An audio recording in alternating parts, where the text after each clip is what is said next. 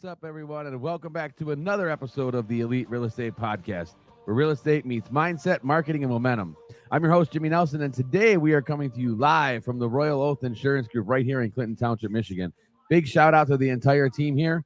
Royal Oath is more than just an insurance agent. They're your promise keepers. Whether it's auto, home, business, life, or health insurance, they're here to protect what matters to you most. You can check them out at royaloathinsurance.com or give them a call at 586-238-3535. And, of course, today's episode is brought to you in part by our friends at Connection, the CRM built for closers. If you're a real estate agent, entrepreneur, or small business owner looking to automate, follow up, and close more deals and stay top of mind, then Connection is your secret weapon. Go to yourconnection.com and take control of your pipeline today.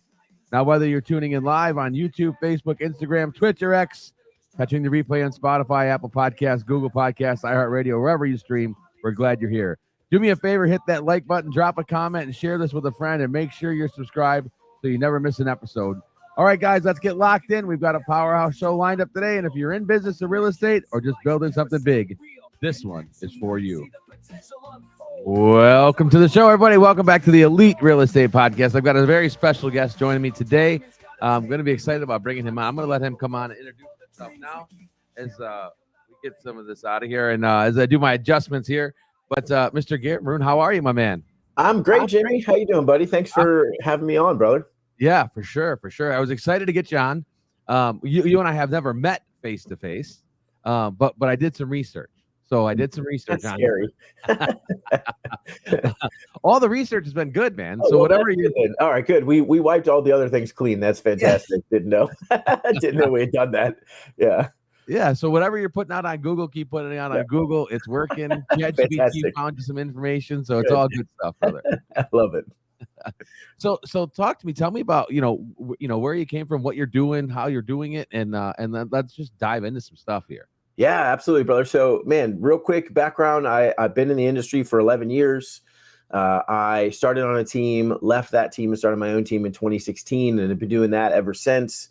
Got out of production with one agent and one admin about 2.5 years ago. We're 100% referral. That's all I've done my entire career. Been fortunate to really build that well.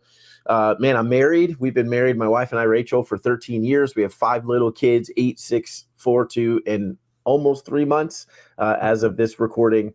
And real estate's been a game changer for me, brother. I came from the higher education world. My wife told me, you'd be a good real estate agent. My parents told me that's terrifying. Don't do that. It's all based on commission. And by the Lord's kindness, I went for it. And man, the rest is history, as they say. It's allowed me to do all kinds of cool things I never thought would have been possible. So yeah, it's just, I think like your heart too, it's just my heart to pour into other agents. It's such a huge opportunity. And I have such a heart for those that are struggling, for those that are doing fine, but kind of stuck in the middle, don't know what to do next. Those who are team leaders, honestly, that are swamped. Like, I just want to serve this agent community. And so it's a joy to be with you, brother. Yeah, for sure. And, there's a lot to unpack just in that very beginning of what you said, right? So, you came from that. So in my, I have my degree. I was supposed to be a high school teacher, right? Nice. I was supposed to be social studies English, right? Social studies major, English minor, and coach basketball. So I did the basketball coaching part. I just didn't do the I did the student teaching piece. I just never continued on with the teaching Awesome. piece. That's great. I love it. But I feel like it is a pretty easy transition into this real estate world. Because we are teachers, right? Like we are, and again, because we're helping other agents, and not only that, our clients along the way. Right? Like our clients along the way, if I've had a couple conversations with some teachers that are getting ready to retire, and I'm like, and they're younger, they're in their 50s, they're my age, but they've been doing it for long enough. But I feel like this is what we kind of just guide and direct people anyway. Like this is a perfect transition. I do. Yeah, no, yeah, absolutely. I absolutely believe the same thing. It's funny to look back on my experience. I was an assistant director in admission, right? So I was talking to people about our school. I was giving presentations, all those things similar to kind of what a teacher would be, as you talked about. It's amazing to look back and say those skills that make a difference in the industry, the relationships that you have, number one, that's huge. And then just the skill set to be able to explain something to somebody who needs to understand maybe a complex idea from history, right? Maybe it's complexity of what the school offers and what it is. It's all the same thing. It's that ability to connect, its ability to communicate, its ability to simplify, quite honestly, so that people can actually choose and make a decision and understand what they're being offered. So yeah, this industry, all kinds of people can succeed. And that's what I love about it, right? I think there's this obsession, Jimmy, that you've got to be the outgoing person that loves to network constantly 24/7, and truthfully, like that was me until I had kids and I just got too tired. And now I just want to be at home. I'll work and then I want to be at home at the end of the day. And I've met people and coach people probably like you that, well, hey, I'm an introverted. Can I succeed? Absolutely. Because there are introverts out there that don't want someone that is as loud as I am, that would love to work with somebody like you that's more thoughtful and slower in terms of your process and how you take things and whatever. It fits everybody, right? And I love that about our industry. And so anyways, excited to see that anybody from any background can come and succeed. It's really up to them. 100%, man. And again, you're hitting it because, anybody can succeed at this, and you find your niche business, right? Whether you're introverted and you don't like talking to people, like you said, there's people out there that want that. There's people that think I'm too loud when I come in, right? They don't. Those people don't want me around. There's too much energy. There's too much going on, and and so you attract, right? You're attracting clients based on what you're putting out there. So if you're not putting out a lot of stuff and whatever, that may be attractive to some people because they don't want a lot of stuff out there. 100%. That's right. I think at the end of the day, the hardest part, honestly, Jimmy, is so I came in 2014, and to encourage any agent out there, it took me 5.5 months to get my first sale. My wife and I had agreed that I could try for 3 months. And I specifically remember that dinner. It was 3-month mark. And I said, babe, I think I can figure this out. I wasn't sure, but I'm pretty sure I can figure it out. Can I have another 3 months? And I'm so thankful we made that decision. 5.5 months in, I finally did it. Right. And the rest, just grew from there. But, number one, to any agent, I would encourage them, you got to have a long enough runway, right? Any plane can take off if you give yourself a long enough runway. The challenge often is we say, okay, whatever, it's going to be a 3-month runway. If I do this and it doesn't work, then I'm quitting because clearly I'm not good at it. I don't know if that's true. Maybe you just didn't give yourself long enough time to figure it out, right? And so give yourself a longer runway, whether you're an experienced agent or you're brand new. If you're an experienced agent, you're trying to figure out this team leader thing and you're thinking, man, this is not working. I guess I'm not cut out for that. I don't know if that's true. Maybe you didn't give yourself long enough runway, right? Maybe you just keep working at it, or you're an agent that's stuck at that 10 deal a year mark. Like, I know what I'm doing, but how do I get to the next level? You need support. Everybody needs support and coaching and encouragement around them. But at the end of the day, the reality is your runway long enough for you going to get there? So that's number one. Number two, I think the challenge in the industry, Jimmy, is, so I came in and I went to the cold calling and the door knocking, the open house and the buying leads. I went to all those classes, and those were, again, just like there's all kinds of people, there's all kinds of ways to build your business, right? Any of those will work. But I knew enough, at least at the time, Jimmy, to say that if I'm going to build this business, it's got to be by relationships. That's who I am. None of the other things made sense to me. And it was really, if 5 years from now, if I have a big business, am I even going to like and want the business that I have? And so I knew it had to be built on relationships. So that's all I've ever done. I've never bought a lead or cold called or gone to an open house.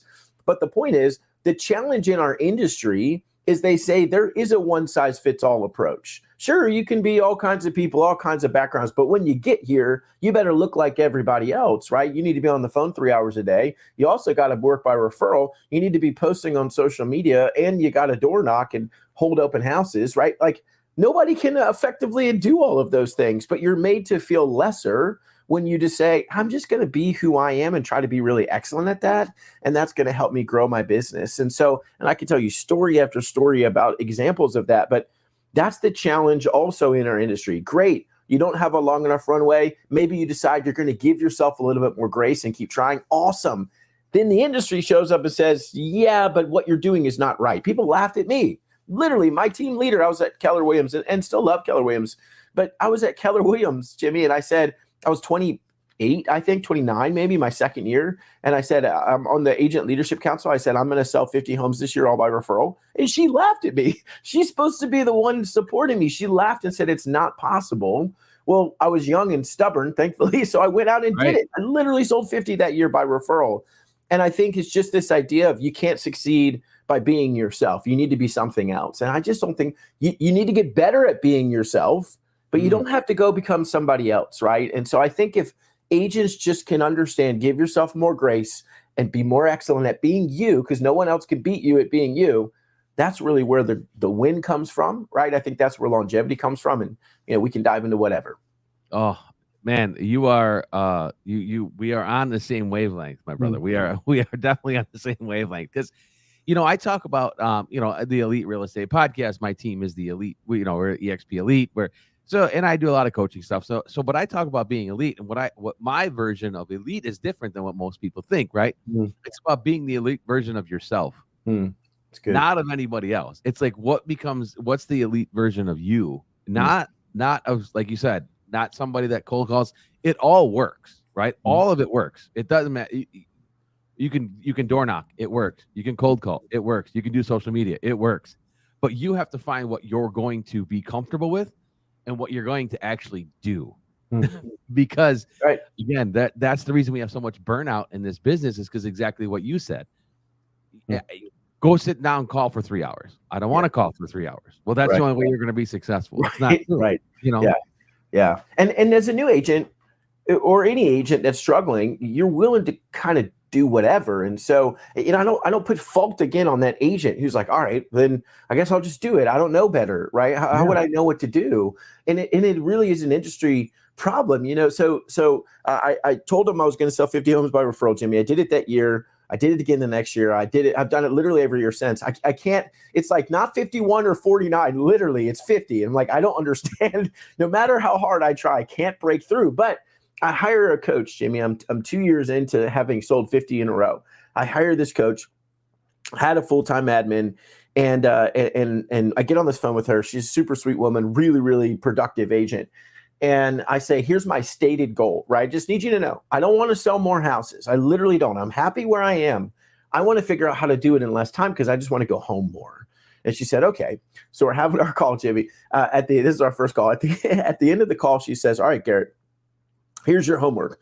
You need to go cold call 300 people and door knock 100 doors this week. And I was like, oh, I'm not going to do that. And she literally said, well, if you don't do that, you will not succeed in this industry. And, I wasn't trying to be prideful or whatever. I was thinking, I'm in the top 1% in my area. What else do I need to do? Right. So we hang up the phone. We get on the call the next week. Jimmy said, did you do your homework? No, I told you I wasn't going to do my homework. I didn't lie.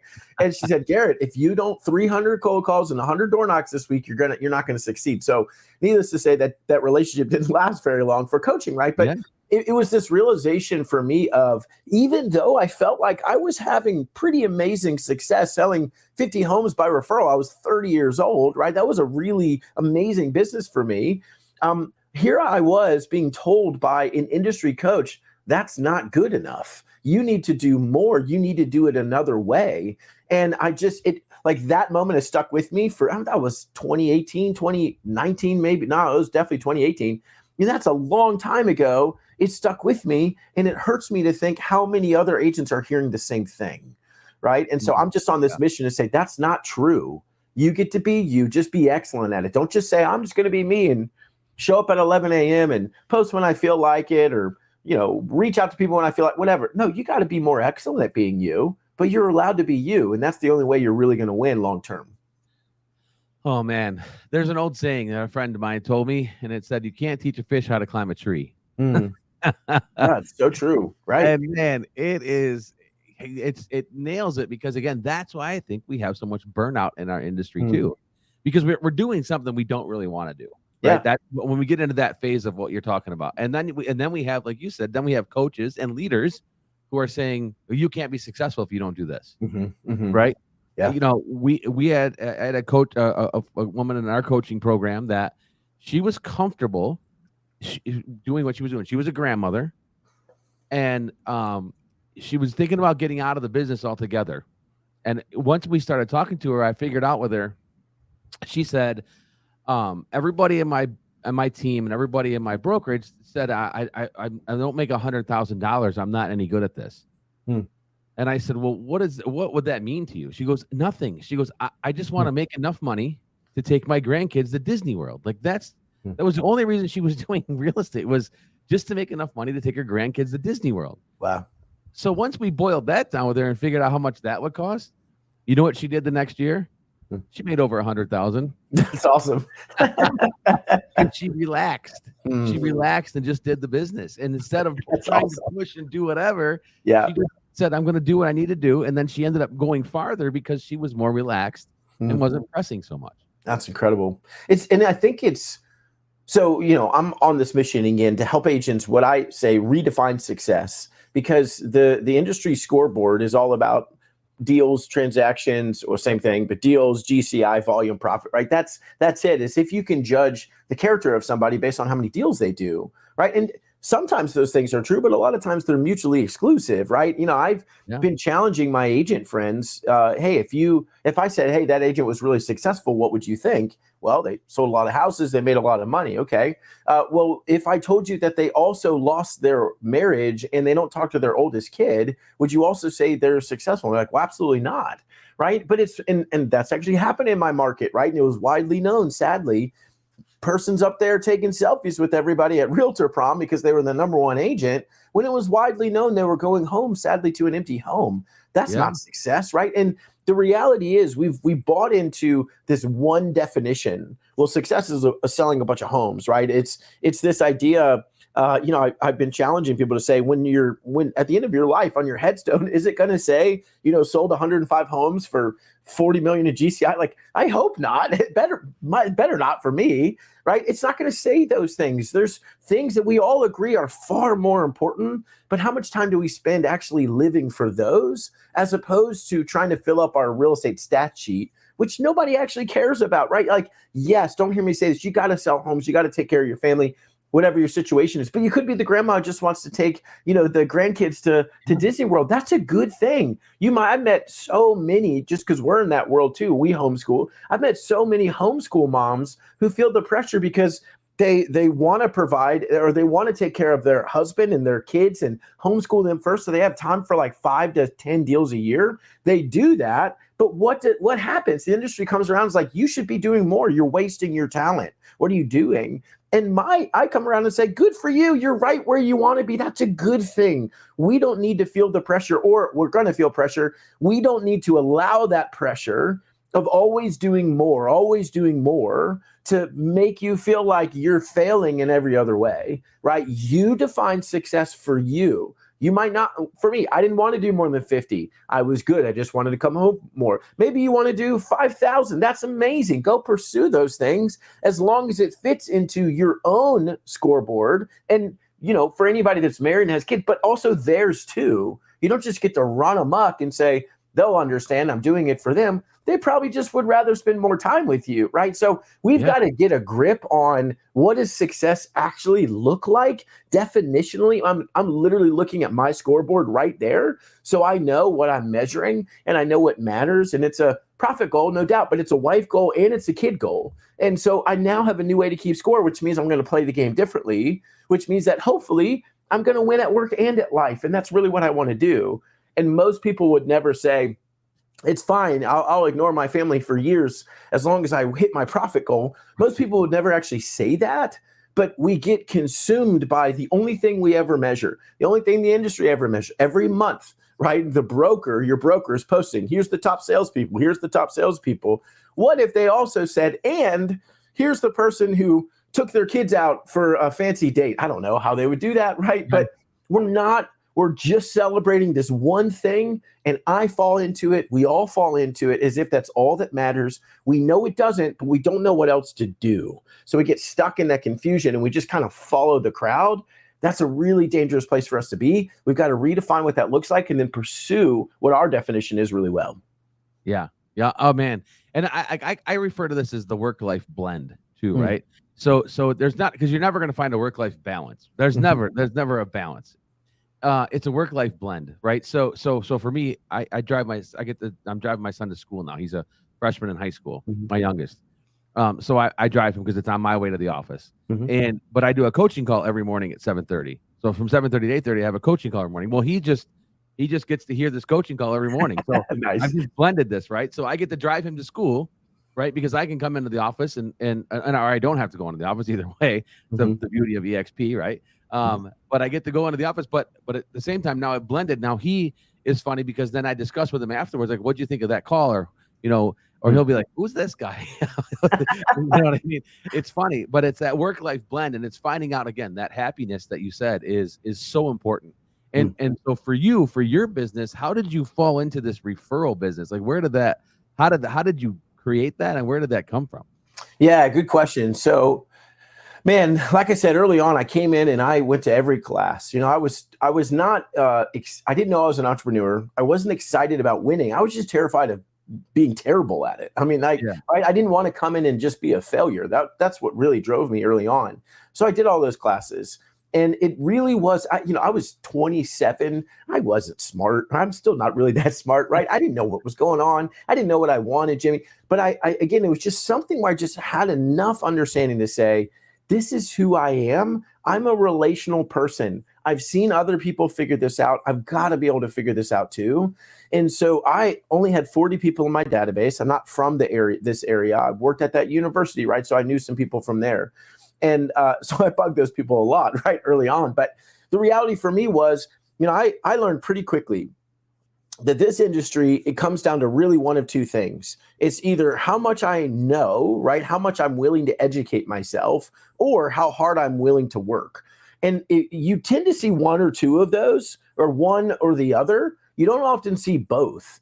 And so I got into a habit pretty quick, and it took me 5.5 months to make a sale, right? I was building something, I didn't know it, throwing down a ton of seeds, but I got in pretty quickly, Jimmy, and I started doing what I call the 3 L's. So the first L was learn. So every hour in the morning when I got into the office, because I'd still go to the office at the time, the first hour I would just read something. I was always reading a business book. I was learning something. I was growing, right?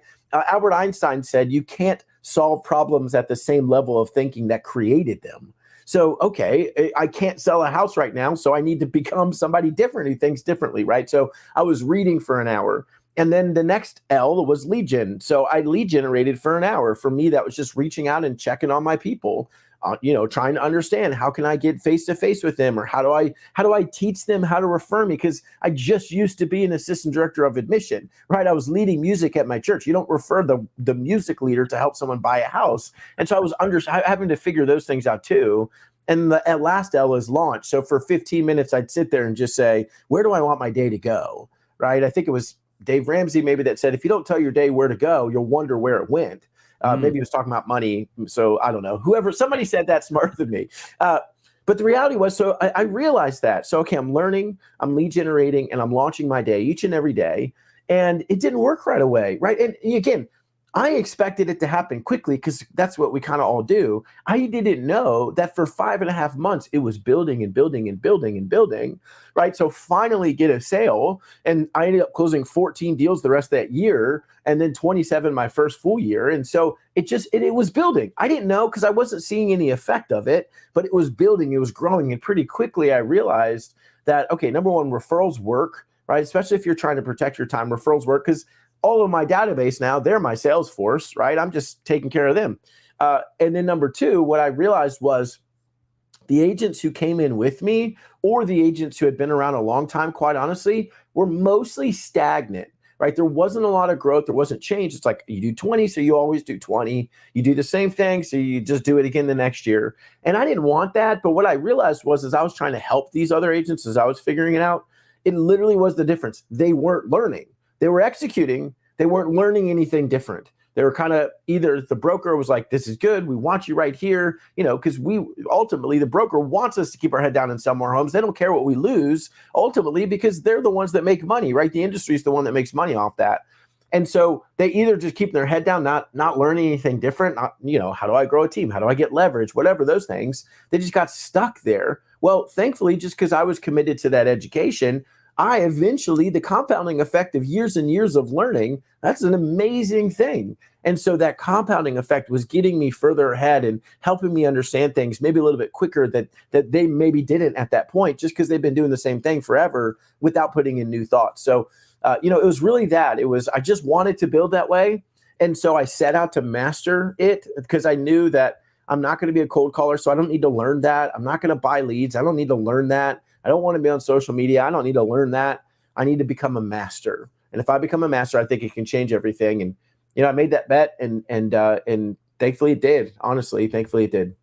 Oh man, it's so good. And you're right about the learning piece, right? Like there's so much to learn in this business every day. You know, things are changing, things are adapting. You know, we just went through the whole NAR thing a year ago. You know, that's really it impacted us this year, but it's really going to impact us next year. Yeah. Right. Because January, they're going to really start hammering down on the buyer's agency stuff. So again, but again, if the agents aren't ready for it, they're going to be in trouble. And it's up to people like us to make sure that other agents are up for it, and they get to learn it and do it.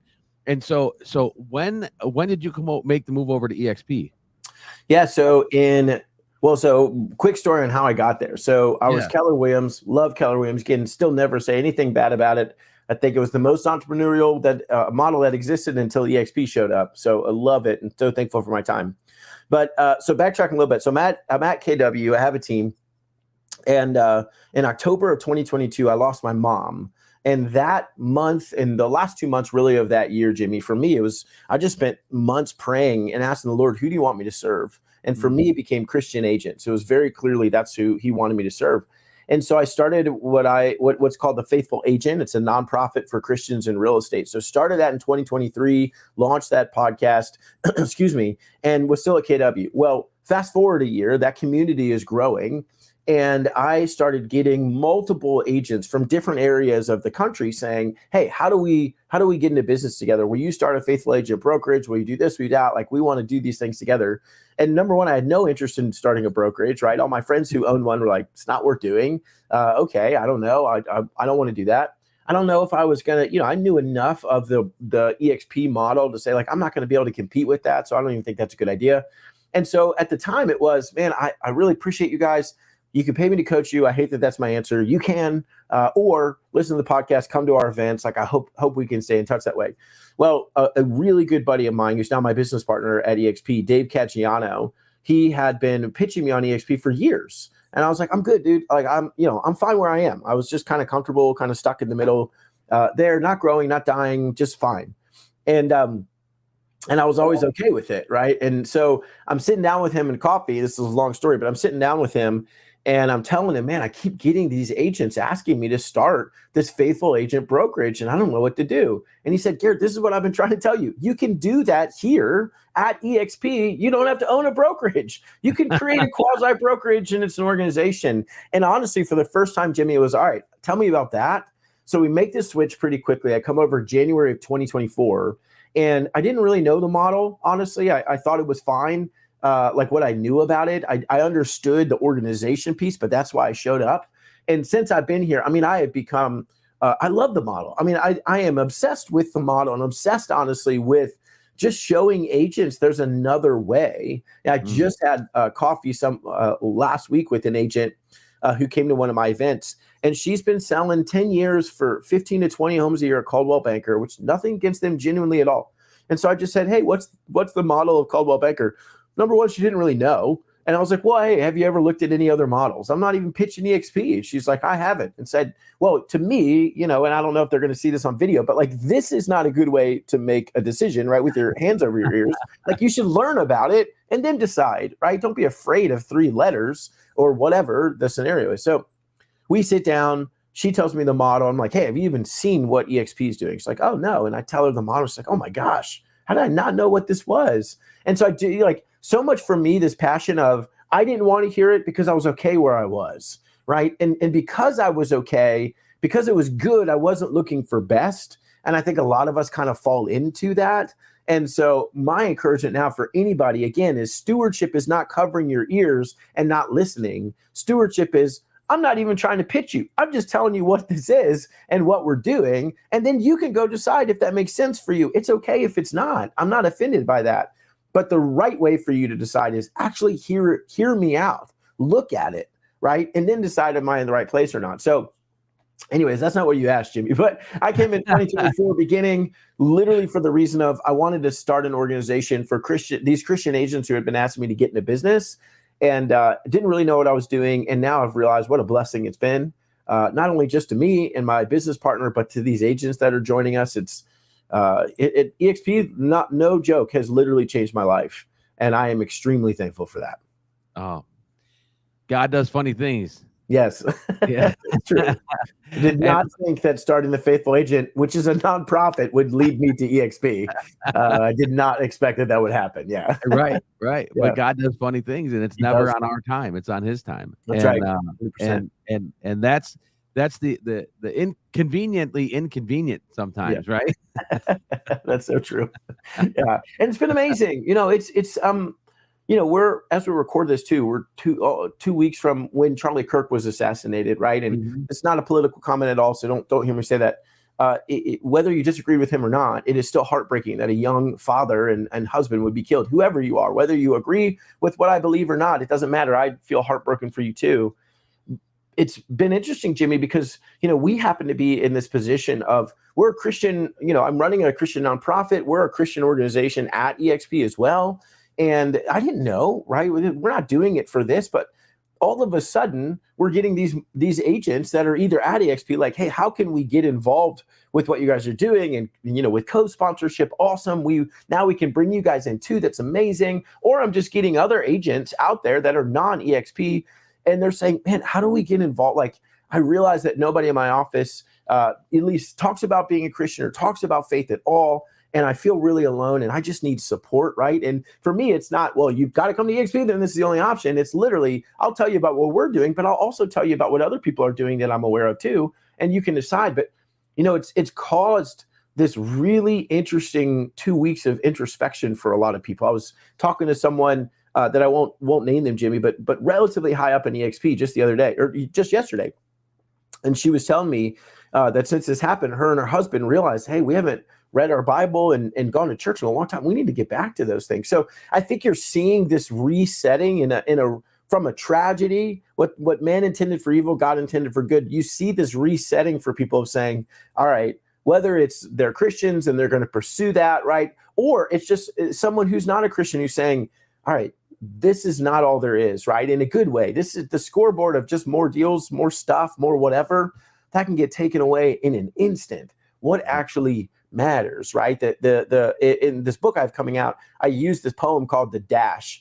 And I don't remember the whole thing. I can't quote the whole thing, right? But essentially the concept, Jimmy, is very powerful, is when you look at somebody's headstone, it's the year they were born, it's the year they died, and it's a dash in between. And the dash represents literally the entire life, right? Well, whether it was used well, whether it was squandered, whatever it was. And all of us end up that way too, right? Like, yeah, we all think that we're going to leave this big, massive impact on the world. And maybe you will, but the higher probabilities you're going to leave a big, massive impact on your world right where you are, under your feet. And so that dash is going to represent a ton to some people and nothing to most. And so that's not to discourage you. It's to say, how do you want to spend that, right? Who's going to be there at the end? Who do you want walking beside you? How do you want to be remembered in that little dash that ultimately represents your life? And so, man, I think in a good way, it's caused people to come back to introspection and say, what really matters? And am I actually pursuing what really matters? And if I'm not, I need to do that again. And I think that's been a really incredible change that we've been seeing. Man, you're striking my heartstrings, because it's how you live your dash, right? How do you live your dash? And I've used this before. Like I told you, I coached high school basketball for 20 some years, and it was I still had a kid, a player reach back out to me. He's in his 30s now, but he reached back out to me not too long ago, and he said, "Coach, what was that? What was the thing you did with us the one time that was about living your dash?" Wow. And that was 15 wow. years ago. I did that with him, and for some reason it sparked him. It sparked in him 15 years later, and he was looking for some introspection on that too, right? Like, so how do I? So it is powerful, and it's so important. It is how do you live that dash? And again, goes back to what we talked about at the very beginning of this. In that dash, no one's going to ask you how many houses you sold. Yeah, they won't. Yeah, they're never going to ask you how much GCI did you make, or how many stocks did you have, or how many rental properties did you own. That's not part of the dash.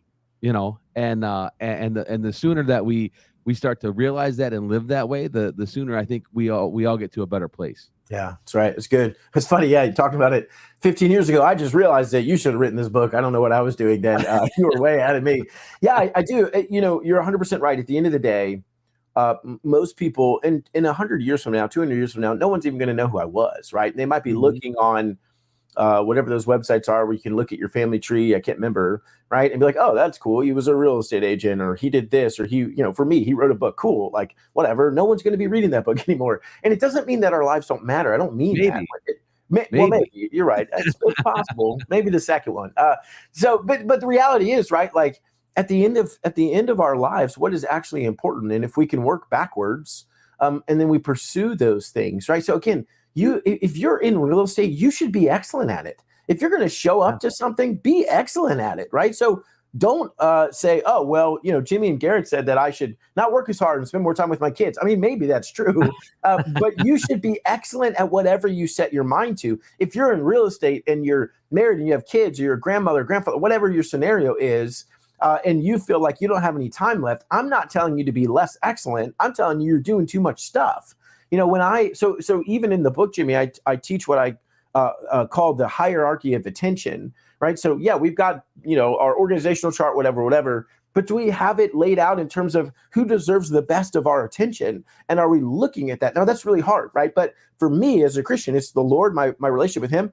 It's my relationship with my wife. It's my relationship with my kids. And then it's work, right? So as long as I have the right order, which is not always by any means, but as long as I have the right order, I know where I must be excellent. And if I get all the way down and I'm excellent in my work still, and maybe I can decide at that point, is there anything left for me to be excellent in? Probably not, because at that point I'm pretty tired, right? And that's a season for me. That's okay. But if you're, again, to use that example, if you're the mom and you have a relationship with the Lord, your husband, your kids, you homeschool, and then your work, it's okay that you're selling those 5 homes a year because you've used up in a really amazing way the attention that you gave to the right places, first of all, and then you became excellent in the time you had left, which resulted in 5 deals. That's an incredible thing. You should be so celebrated for that, right? The industry might not celebrate you, but I guarantee you at the end of your life, they will celebrate you. The people that love you and that you love, they will celebrate you for making that choice. And so again, it's not an argument to say be less excellent. It's an argument to say be excellent at the time that you have to do it. And maybe if your business is selling 20 homes a year, taking you 80 hours a week, maybe you just haven't figured out a better way to do it. Right. So maybe you just got to get better at this business. Stop doing so many things and ask yourself the question, where should my attention be going? The best of I'm not saying equal time, right? Like, unfortunately, my kids aren't going to see me as much during the day as work will. Right. And that's OK. That's just how this works. But the reality is, what quality of attention are they getting? And if I can try to be, and I fail at this a ton, but if I can pursue excellence in those 4 arenas, awesome. If there's anything left, then I just have to ask, do I have the capacity to be excellent? If I don't, then the answer is sorry, it's not right now, right? So I just think we've got to look at it that way. It'll shift the way we do things. It'll shift the way we show up for the people in our lives. Easier said than done, even for me, and I wrote it, right? But I think it's this new way for us to kind of look at it and gauge how are we doing in those areas. Man, there's so much there, and it's so right on. And one of the things that as a believer too, is how you do one thing is how you do everything. And you writing a book, and so where did the book idea come from? Was that just on your heart and it had to come out? Essentially, yeah. I mean, that's really, so I was, brief story, but I was teaching this new idea of this scoreboard that I had come up with maybe a couple of weeks before. I was forget where I was, but I'm teaching at this event, and an agent comes up to me afterwards, Jimmy, and she introduced herself as a solo agent and a mom. She said, Garrett, I sold 55 homes last year. Now my best year ever, which that's incredible. And she said, now everyone is asking me, what am I going to do this year? So I tell them 60 or 70 because we're just supposed to grow. Like, she said it like a question, right? And she said, but Garrett, after hearing your talk, I'm going to sell 30 homes and it's going to change my life. And now the point of the talk or the book is not to advocate doing less, right? Not necessarily. So I said, well, tell me why. And she said, Garrett, I got into this industry for flexibility because I wanted to pick up my daughter from school every day. I've been so busy selling homes. Guess what I've never done? And it was this moment where it was a powerful moment for me. I wish I had her name and info and I could have followed up, right? But this powerful moment for me that if she went and pursued that, that would actually change her life. It would change her daughter's life. And at the end of the day, Yeah, she makes less money. Who cares? If you have no one to spend it on, if you have no one to spend it with, it doesn't matter, right? She was choosing what mattered. And so it was really that moment for me, Jimmy, that I didn't know if anybody cared about my concept. We're entrepreneurs. We come up with things all the time. And honestly, most of them are terrible. And so I didn't know if anybody would like it, but it was for her. And I, it was fortunate to get other good feedback, but her story for me was, man, there are people out there like that. And a win for me, Jimmy, is not sell a bajillion books, grow my organization. Those things are amazing. Don't get me wrong. But a real win for me when I was writing that book was thinking about a year from now, 2 years from now, whatever, I'm speaking at an event or I'm just at an event, doesn't matter what I'm doing. And a child of an agent comes up to me and says, Mr. Garrett, or whatever they call me, Mr. Garrett, thank you for what you do. I get to see my mom more. That is a huge win for me. That's what I want. Right. And there's a better way. Agents know there's a better way. They just don't know where it is. And so that's why I wrote it ultimately. Is I've been fortunate to be able to be around my kids and watch them grow up. Time is not equal, right? The time that I have kids where they're young is not equal to when they're older and they're gone. The time is so important right now. I'm not willing to lose that or give that away. I know there's other people like that too. And I have to help them. I've got to help them break free from this industry definition and see that there's something bigger and better. And man, if I can do that to just one person, honestly, Jimmy, the 2 years of writing and editing will literally be worth it. And so, man, that's really why I wrote this. Oh, man, it's so good. Let's go back to what we were talking about earlier in the program too, is you have to be comfortable with who you are. And I'm a believer too in you said it, and I'll re-say it, but it's my faith, my family, then everything else, right? Then everything else kind of falls in there. Business is obviously the next thing, because we do need to make money to survive, right? Absolutely. It's a good thing. Roof over our head. It's a good thing. But how can we find that blend? How can we find that blend of, this is what we're going to do. And that's where your system comes in, is how do you find that blend of, how can I still go pick up my daughter from school and still make a good living, right? Like that's the key to everything. Yeah, it is. So again, not to keep talking about the book, but I created what I call the PDA Formula, mostly because I thought it was funny because it reminded me of public displays of affection for anybody that's my age or older, right? And it was like, that's gross. Why are you holding hands? That's not what this is. And so it's a formula that I used to, how do I create a predictable, profitable, so the D is dollar productive, but profitable. How do I create a predictable, profitable business that aligns with who you are?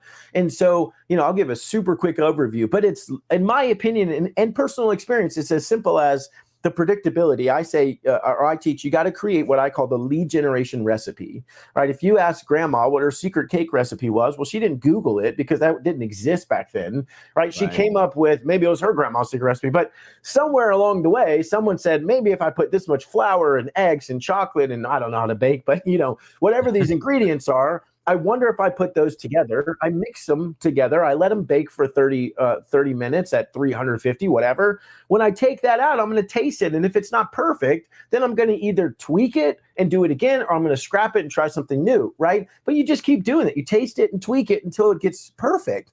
That's what lead generation is supposed to be. It should be that simple, right? We build businesses in possibility when we should be building in probability. You have the greatest lead gen plan I've ever seen in my life. How likely are you going to actually accomplish that? Oh, you're not? Well, then this is a terrible idea, right? It needs to be simple. It needs to be easy. It needs to be executable. The lead generation recipe is as simple as, say you want to create a business by social media. Great.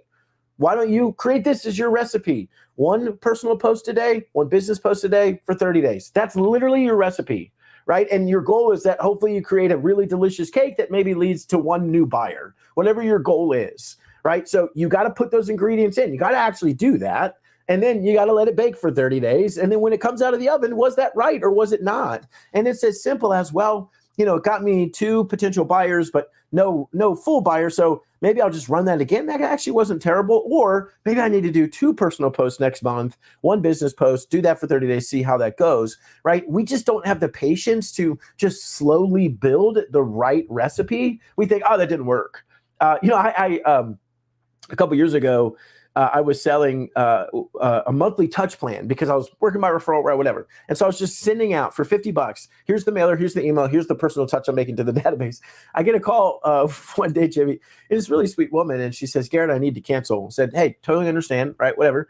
Can you tell me what wasn't working for you in the program? She said, well, it just wasn't giving me the business I wanted, whatever. And so I said, hey, totally understand. Like, can you be more specific? I just want to know, this has worked for a lot of people, whatever. And she said, well, Garrett, honestly, I just never did it. And so I remember laughing, Jimmy, like, well, of course it didn't work. You didn't work it. I don't understand. Like, that, if you have a cake recipe and you leave out half the recipes, you're not going to wonder why it doesn't taste right. Of course it doesn't. You didn't do it, right? You didn't put the ingredients in. So anyways, I could talk about that forever, but the P, that predictability, create a lead generation recipe. The profitability part, the dollar productivity is, I think we've become too accustomed to, I put $1 in and I get $3 out, whatever it is. And I'm like, okay, cool. That's awesome. I'm just going to do that forever. And I'm going to go find where to spend another $1. Well, my experience was I put $1 in and got $5 back, whatever. And instead of just continually doing that, I just kept asking myself the question, could I get that $1 to actually create more than $5 and just keep squeezing and squeezing, right? So we got up to the point where $1 invested was making $90 in return. We had spent 10 grand on marketing and had a $900,000 GCI, a 9,000% ROI. It was insane. Why? Because we just kept squeezing that same dollar. The actual tangible example. So working my referral, right? We do events, mailers, all these things, like a lot of people do. Well, I started by doing my average event cost was $2,500 because I thought you got to spend money, you got to have these nice events. I had $200 a month in mailers, had $10 Popeye gifts every multiple of those every month. Well, then I started to realize this principle. Well, wait a minute, I've never even tested what would happen if I spent less, right? Why am I not holding that dollar accountable? And so I cut my costs on client events one year from $2,500 to $800, and we do 4 of them, so that saved me like $6,400. Guess what happened? Nothing. My business literally sold the exact same number of homes. So next year I cut the mailers down in half. I cut the Popeyes from 10 to 2. And I thought, all right, I'll test it again. Guess what happened? We 50 deals again. And so the reality is we need to hold our money accountable. We think we need the big fancy whatever. We need to do all these things. I don't know if that's true until you've tested the other way, right? And so it's this call to say, especially, man, where the market has been now, as we all know, you got to hold on to your money and you got to spend it intentionally. So squeezing that dollar, that profitability, and then ultimately the alignment piece, right? We've been talking about this, but the reality is your job is not to be what the industry tells you to be or to be all things to all people. Your job is to figure out who you are, who the Lord made you to be, and go be excellent at that. That is actually your job, right? Michael Jordan, the greatest basketball player of all time. Guess what he did? He played Major League Baseball. Yeah, he played Major League Baseball. He was not that good at Major League Baseball. Right. Was he less athletic? Do you think he worked less hard? No, I bet he worked just as hard. He was just as athletic. Guess what? It wasn't his sport. He wasn't made for that, right? My wife's best family friend growing up, you'll appreciate this. I'm sitting down, which is great for me because I'm 5'6" and 3/4, right? You got to throw in that 3/4, Jimmy. And my wife's best family friend growing up, the dad was 6'10" and the son was 7'1". I mean, just massive humans, right? So the dad calls me in one day. We're hanging out with them. And he wants to show me his office. He has this awesome sports memorabilia. It was super cool, but that's not what I remember. He works at a standing desk, Jimmy. I could literally walk back and forth just without ducking and thinking like, oh my gosh, how are we the same species, right? But here's the reality. He didn't become a professional baseball or basketball player, but could he have? Probably. Was his probability a lot higher than mine? Absolutely it was. But we spend so much time saying, I should have been that. So I got to go do what he's doing. That doesn't make sense. What I need to say is, who am I already? I need to show up and be more excellent at that because some people are going to like it. No one can beat you at being you, right? And the easiest way to burn out is to show up and try to be somebody else every single day. It's just not sustainable. And if I enjoy the way I do my business, this business is hard, don't get me wrong, but I enjoy the relationships. If I enjoy it, I'm going to naturally show up and do it more often. Consistency wins. And I'm going to naturally be better at it than someone who doesn't want to be in relationships with people. That's my competitive advantage, being myself. And so it's this call to the industry to say, you just create a simple recipe. You hold your money accountable and you do it in a way that makes sense for who you already are. That's what winning looks like. And how do we go achieve the new definition of success? It's to stop doing all the other things that don't matter, right? This is how we win at a high level in less time with less money. And it's going to ultimately free us up on the back end to be more present with our family, whatever we want to do. So, that's a super quick, truncated view. But man, that's really, hopefully is going to equip agents to actually go achieve that. Yeah, I love that so much. And one of the things you brought up too, so it's like tweaking it, right? Because we talk about old recipes, and there was a story that I heard about a recipe, and the lady, she was cooking Easter ham, and she cut off the end of the ham and threw it away and put it in the pan and cooked it. And her sister said, "Why do you cut off the end of the ham?" And she said, "I don't know. That's what Mom always did." So then they asked the mom. They said, "Well, why'd you cut off the end of the ham?" The mom goes, "I don't know. That's what my mom always did." So the grandma came in and they said, "Grandma, why'd you always cut off the end of the ham?" She goes, "Because it didn't fit in the pan that I had." That's fantastic. All they needed was a bigger pan. Jimmy, I'm totally going to steal that story if that's okay. I will give you credit. You should have co-authored this book. I mean, I think that's pretty clear at this point, but that's an amazing story. I love that. That's awesome. I got to get the book because I love it so much, man. Like, and again, you're right. It's so true. And we do get caught up into the rat race. We get caught up into, I should be doing this or I should be doing that, or I'm not. And then the other thing that we battle with all the time with social media now is, well, so-and-so's doing this, I should be doing that too. We talk about the shiny object syndrome, and I'm going to implement this in my business, and I'm going to put this in my business. And, we're blessed to be around a lot of, high level people that are doing different things. And it's like, well, if I was doing that, I could do that too. Why am I? What you're talking about changing your whole business right now? Do you really want to do that? Right. Or can you just tweak something that you've been doing? Can you get the right size pan that the ham will fit in, right? To make your business work the right way that you want to do it and that you want to enjoy it. Spot on. Yeah. Man. I'm not going to add to that because that was spot on. That was good. I like it. So the book is out now. Comes out in November. Okay. So it's for pre-order now. They can grab it right now. So there's a free download. I didn't want agents to wait. That teaches the PDA formula. So they can go to The Balanced Breakthrough with a D, thebalancedbreakthrough.com. It'll take them right there. They can grab it. It's super actionable on how do you actually start creating your own PDA formula. Then they'll be notified and updated. And through that, if they pre-order the book, I actually give them the audiobook for free. It comes out 3 months after the book, so they'll get it early and for free. So yeah, again, I just want to serve this industry. I really do. Of course, it'd be fun to sell books, but honestly, that's a vanity metric. And as hard as it is to not pursue that, what I really want to pursue is changing lives. And if that's 2 people that buy it, awesome. If that's 1 and it changed their life, fantastic. If it's a million but no one reads it, I don't care. This is meant to actually impact and improve the lives of people in the industry. And so I hope you'll go grab it. The PDA formula is going to help you right away. And then the book will be out really soon. Oh, man, I love it so much. I'm excited to get the book. I'm excited for it. Thank you, brother. And, we'll add everything in the show notes and add everything for everybody that can be able to go grab it where they can. And where can they? Is it Amazon? Is that where we're going to find Amazon, it? Barnes & Noble, Target, Walmart, and all those places. Okay. All right. So I got it. And so what is, now you because you hinted at a second book. So is there a second book? There will be. The answer is yes. I love the experience so much. I'm so knee deep into getting the word out about this one. I don't know what it will be. I have some ideas, but honestly, I feel like I caught that bug. It's fun. It's a really cool way to, think of impacting people that I might never meet. And that's really cool. So I absolutely think there'll be another one. I don't know if I'm a good writer. I do know that my editor is a good writer, so that helps. And so, as long as I can get that same editor in place, we'll be solid. But yeah, I hope there's more coming out. I honestly fully anticipate to continue to do more. It's just been so fun, such a joy to just sit down and write in a way that I hope is a blessing to people.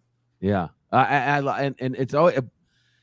So there's always been a book on my mind too, and I've been working on, you sit down and you have these ideas and you pour them out and you do some different things. So I've been working on one as well. But for the second one, let's sit down. Let's co-author one together. Let's do it, man. I love it. I love it, buddy. I love it. I'm excited about that. Yeah, that'll be great. That'll be like breaking news for everybody. That's right. That's right. That's awesome. I love it, brother. I love it. Yeah. Well, we got about 4 minutes left. Cool. What's your idea right now? Like if you had a brand new agent that was just coming into the industry right now, and wherever they were coming from, it doesn't matter. Mhm. What's your biggest piece of advice to that agent that's just starting in the industry right now? Good question. So the first thing I would tell them, I would first get them mentally prepared for what's happening. So I would say, you're going to feel like you're pushing a boulder uphill. You're going to hustle. You're going to grind it out for just a little while because you are getting that boulder uphill, and you're going to do things you don't want to do, and you're going to get uncomfortable, and that's okay. Right? Everything should be built towards the final decision of how do I want to build this? And then we're going to work backwards. So if you want to work by relationship, which a lot of people do, fantastic. You may not be able to do that day one. You might not have as long of a runway as I did because you don't have money coming in. Whatever your scenario is, we got to go figure out how to get you right now money while implementing your long-term strategy. Because if you never get to your long-term strategy, you get stuck dialing for dollars. You're going to be stuck dialing for dollars 10 years from now too. So yes, there is a hustle component. Yes, there is a component of being inauthentic to a degree to just get yourself off the ground if you're brand new, right? And you need money today. I would say absolutely that's part of it. Let's figure out what's the right step for you to do it while building out what you actually want to do and build. Truthfully, if you're a new agent, my pitch is always, you need to start on a team. I started on a team. It was the best thing I could have ever done. This industry is too complex and there's so little clarity that if you don't have someone around there coaching you, it's going to be really hard. It just is. And so I would definitely start on a team, but find a team that is in alignment with your values, number one, but also how you want to build a business. Is it okay with them if you say, hey, I get it, I'll cold call for a little, I understand. But once I've done that, I want to go full on referral. Is that going to be okay with you? If the answer is yes, then great. I'd say join those people. But that's where I would start. And I think it's too complicated for agents to really be alone. Honestly, with EXP too, I think with the organization, we've got such an unfair advantage, if you will, not to put anybody else down, but we've got an unfair advantage of how many resources we have for agents that almost don't need a team, right? So that'd be the only caveat, that there's a lot of support out there already. So I think as an agent, you just got to look and say, be honest with who you are. It's not about loving homes and loving people. That wears out really fast, right? It's about your diligence and your willingness to learn, to lead generate, to execute, right? And have someone around you who's going to just be anybody in our organization, Jimmy. I tell them, man, I'm your guardrails, right? I'm not going to tell you what to do. You got to figure this out too. I want to be wind at your back, but really I'm going to be the guy that's going to say, hey, whoa, you're going a little too far off the edge there, right? Like you said, you wanted to do this. Let's just stay right here. So I think every agent needs one of those. I need one of those. And man, I'd say go find one of those, whether it's a team, whether it's an organization, find someone who's actually going to support the way you want to build the business and can actually equip you to do it that way. Yeah. Oh man, you're so right. And again, that support you get as a new agent from a team, right? As I didn't start out on a team, and I look back and I wish I would have. It would have been a lot easier than me banging my head against the wall by myself for a little while, you know. And then transition into running one of the largest teams in the state of Michigan. So, but it's funny how that works out. But I 100% agree with you, my man, and about, you know, as a new agent starting out, find your tribe. Right. Find your tribe, find out where you fit in. And again, any brokerage will hire you. You could, if you have a real estate license, any team broker, they will all hire you. That's right. You need to interview them. Yes. And find out if it's a good fit for you. Right. You need to interview them and find out if it's a good fit for you. So that's my advice. And I don't want to pile on, but that's no, it's better advice than mine. I'd absolutely start there. Understand what you're trying to build, what you want to do. You don't know yet. That's okay. But have some semblance and then ask the questions and learn who's the right fit for you. Love it. Absolutely. Absolutely. So, well, Garrett, man, I appreciate the time. Yeah. Where can everybody find you? Yeah. So thebalancebreakthrough.com, go there, or connect with me on Instagram, Garrett Maroon. Would love to. And please, I want this to be belly to belly. If it's going to change people's lives, like, please reach out to me. If you're struggling with whatever, I genuinely would do my best to help you. So at Garrett Maroon, they can reach out to me there. I love it. I love it. And you can find the Elite Real Estate Podcast wherever you find podcasts. You can find the Elite Edge Network on YouTube and find the recordings there. And we are with you live every week. Garrett, I appreciate the time, my man. Thank you. I will talk to you soon.